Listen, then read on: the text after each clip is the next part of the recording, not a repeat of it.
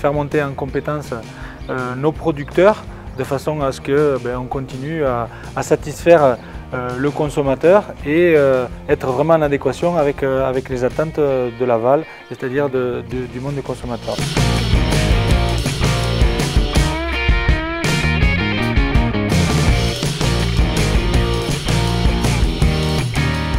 Cette journée de visite sur notre ferme expérimentale de Tannay est importante pour les adhérents de notre coopérative. L'idée, c'est de venir voir toutes les innovations qu'on va leur proposer. Le marché nous demande des produits adaptés et c'est pour ça que l'on vient voir les innovations qu'on a par rapport à la génétique, aux variétés qu'on va proposer et aussi toute l'innovation dans la manière de cultiver et notamment tout ce qui va être aujourd'hui notre agriculture de précision, l'agriculture connectée avec tous les appareils qui vont nous permettre d'avoir des méthodes de culture hyper précises pour être capable de donner au marché les qualités dont il a besoin tout en étant dans un respect de l'environnement et le tout pour améliorer le résultat économique de leur exploitation. Et c'est pour ça que ces adhérents viennent nombreux.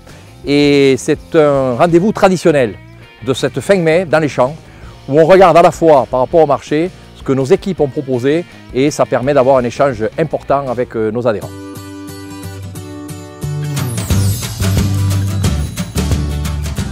Pour quelle raison alors je suis venu à cette réunion de la coopérative Val de Gascogne?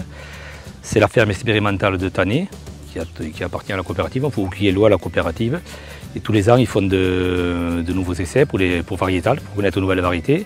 Surtout, c'est intéressant en blé, parce que depuis quelques années, on fait du Bologna, une variété qui a été beaucoup diffusée depuis 2007-2008.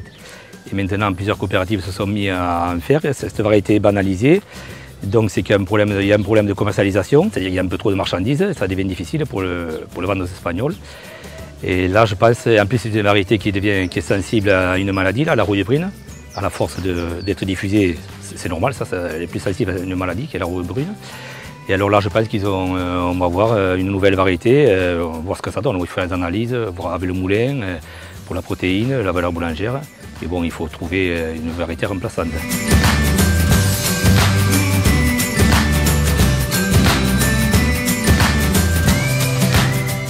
Donc le bilan de cette journée, c'est positif par rapport à tout ce qu'on a pu voir.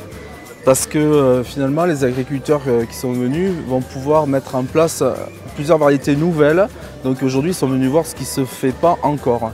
Donc des nouveautés qui vont arriver. Donc ils auront un temps d'avance, ils pourront améliorer leur marge brute par rapport au futur marché de niche que nous allons essayer de trouver par l'intermédiaire de nos filières et de nos clients espagnols ou meuniers français.